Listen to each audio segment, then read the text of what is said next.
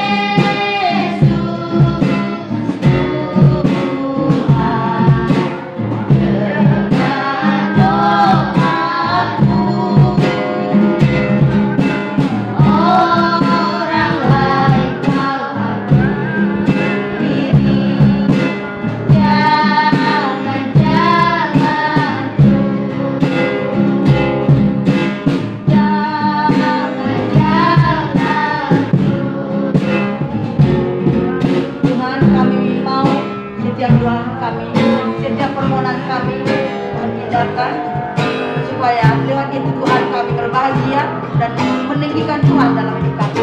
Terima kasih Tuhan, kami sambut firman-Mu dengan sukacita di dalam dan demi nama Tuhan yang hidup kami. Tuhan.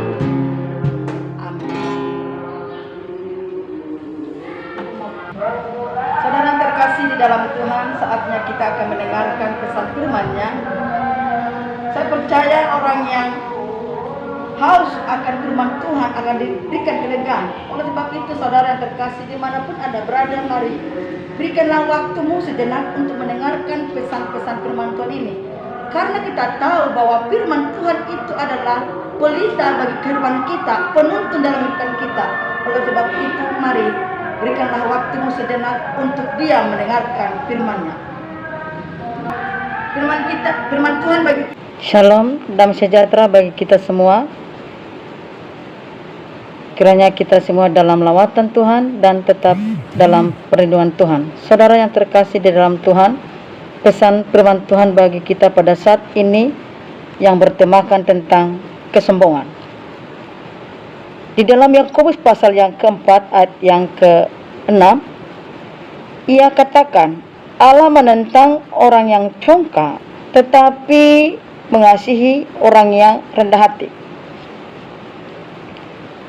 Berbicara tentang kesombongan adalah di mana seseorang itu tidak lagi memerlukan orang lain dalam hidupnya, yang artinya dia mampu melakukan segala sesuatu untuk kebutuhannya. Itulah kesombongan. Tetapi pada hakikatnya, saudara yang terkasih di dalam Tuhan, kita sebagai makhluk ciptaan Tuhan memerlukan orang lain dalam hidup kita. Oleh sebab itu, tidak perlu kita sombongkan apa yang ada pada kita. Tidak perlu kita sombongkan apa yang ada pada kita. Tetapi kalaupun Tuhan percayakan kita sebagai pemimpin, memiliki harta, memiliki kedudukan, itu hanya sebuah kesempatan dan anugerah yang Tuhan percayakan. Dan itu tidak perlu kita angkuhkan, karena kalau kita sudah memiliki pemikiran yang sombong, maka itu adalah awal kejatuhan untuk kehidupan ini. Kesombongan menjadikan kita tuli terhadap nasihat atau perintah atau peringatan dari orang lain.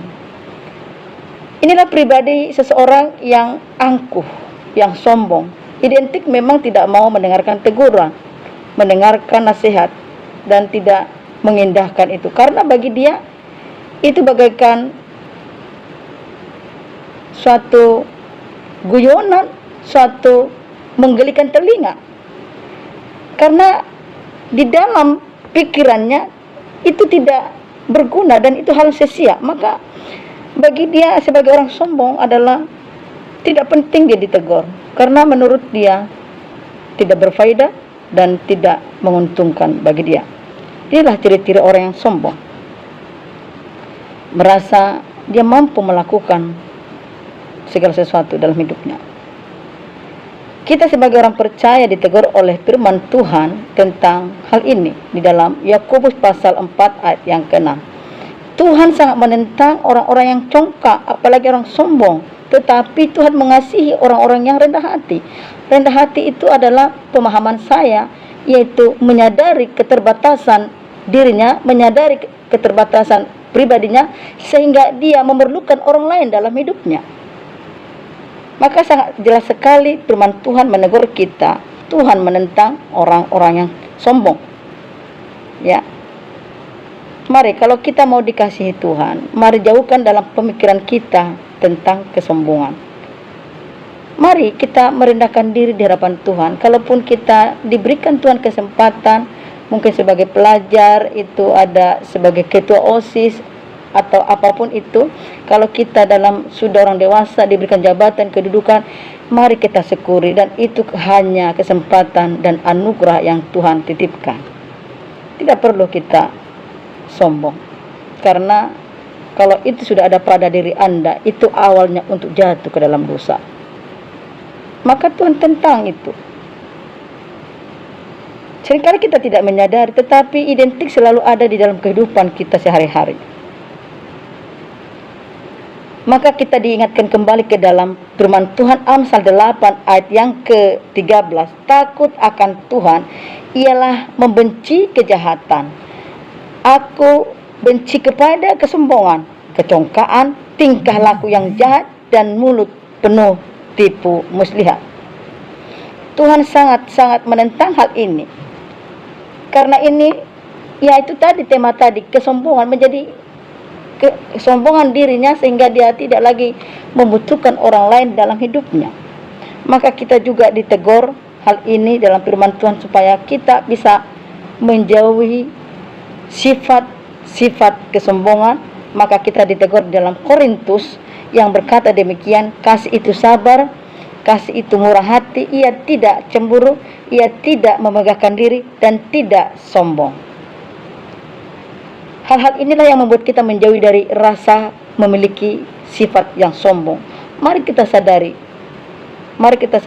bahwa tidak berkenan kepada Tuhan. Oleh sebab itu, mari kita memiliki kasih, mari kita memiliki kesabaran, mari kita memiliki kemurahan hati, karena hal inilah yang diindahkan Tuhan dalam hidup kita.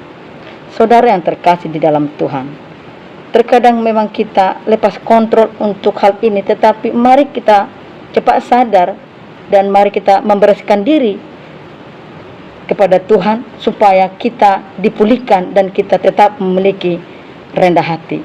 Karena hanya seperti inilah orang-orang yang berkenan kepada Tuhan.